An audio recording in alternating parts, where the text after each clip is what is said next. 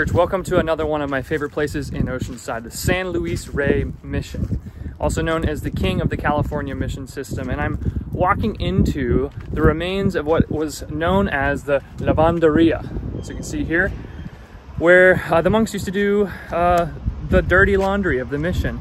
So let's talk about dirty laundry for a second, because we're in Lamentations 1. And if you haven't read it, I'd encourage you to do so. We're not going to take the time here today. But Lamentations, composed maybe by the prophet Jeremiah, maybe by some others, in response to the fall of Jerusalem and the exile of a great many of the Jewish people. So it's asking us this question: what will you do? What will I do in response to chaos, pain, suffering, destruction, or disappointment when it strikes our lives? Because we are all guaranteed that it will. I mean, just look at the headlines. There's plenty of that to go around. And I'm sure that there's plenty more in your own life in some capacity, whether your own life or somebody that you know and love. So answering this question of what does a healthy response to suffering look like is vital in our individual lives and in our walk of faith. So the typical way that most people respond, therapists say, to suffering or to pain is one of four things.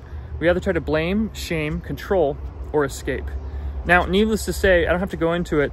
All four of those responses, they are very understandable, but they don't produce healthy fruit. They don't result in us becoming known, of sharing the depths of our hearts, our longings and our desires, us in flourishing relationship.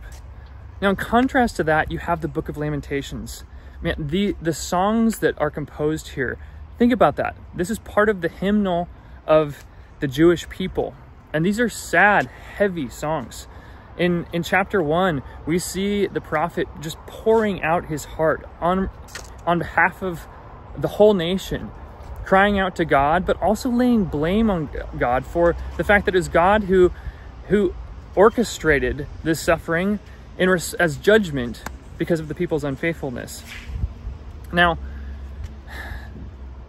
I think that it's offering us this incredible picture that one of the healthy responses that our culture doesn't do well in response to pain and suffering is lament. It's this full-throated grief, this unflinching willingness to address and to confront our pain, our bitterness, and our disappointment, and to pour that all out in front of God. You'll notice that in this chapter, the prophet is angry and blames God in certain ways, but yet at the same time, he is offering this all unto God. He's offering all of his pain and his disappointment on behalf of the people to God. Because ultimately God, while he may discipline us in different ways, he is a good and a loving Father, one who's motivated by a desire to draw near to us, to remove those obstacles in our lives and in our hearts and in our minds, our way of thinking, that would prevent us from engaging with him in deep relationship. So today, church, I pray that as you reflect on Lamentations, we would not get stuck focusing only on the dirty laundry of the world, the brokenness and the inhumanity that we see all around us, that we wouldn't get stuck on our own past pains, but we would have the courage to confront them, to name them, to bring them out into the light in front of a God who loves you, and to remember that our example in suffering is Christ. And it makes me think of Hebrews 12. For the joy set before him, Christ, he endured the cross, scorning its shame. Suffering would seek to shame, maim, and control you and I.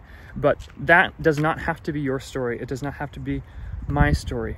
Our story as a people is that we can become people of hope as we offer our honest grief along with our joy and our praise to the God of all things. May you be blessed today, church.